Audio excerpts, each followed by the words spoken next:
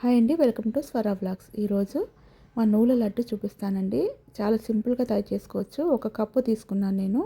ఆ కప్పు మెజర్మెంట్తో చేసుకుందాము. ఫస్ట్ నువ్వులని బాగా మంచిగా ఫ్రై చేసుకోవాలండి, లేకపోతే లోపల పచ్చి పచ్చిగా ఉండకూడదు అనమాట. మనం ఇట్లా చుంచినా కూడా నీట్గా తునిగిపోవాలి, అలా ఉండాలి.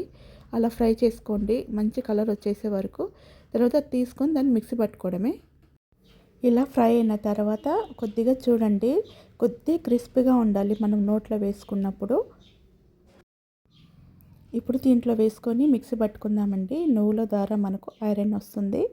ఈ కాలంలో మనకు చల్లగా ఉంటుంది కాబట్టి కడుపులో వేడి పుట్టిస్తుంది అనమాట. డైలీ ఒక లడ్డు తీసుకోవడం వల్ల చాలా మంచిది. ఇలాగ బరకగా పట్టుకోవాలండి. ఇప్పుడు చూసారా, ఇలా బరకగా ఉంటే సరిపోతుంది. ఈ స్టేజ్లో మనము బెల్లము తీసుకుంటున్నాను. నేను బెల్లం వచ్చేసి ఆ కప్పుకి అండి సగమే తీసుకోవాలి. షుగర్ పేషెంట్లు అయితే పావు కప్పు తీసుకుని సరిపోతుందండి.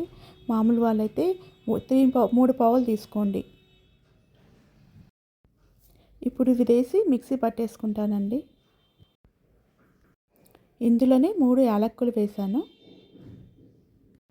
మిక్సీ పట్టేటప్పుడు ఆపుతూ ఆన్ చేస్తూ పట్టండి. మనకు దాంట్లోకి నుంచి ఆయిల్ వచ్చేసి లడ్డు కట్టేలా వస్తుందన్నమాట.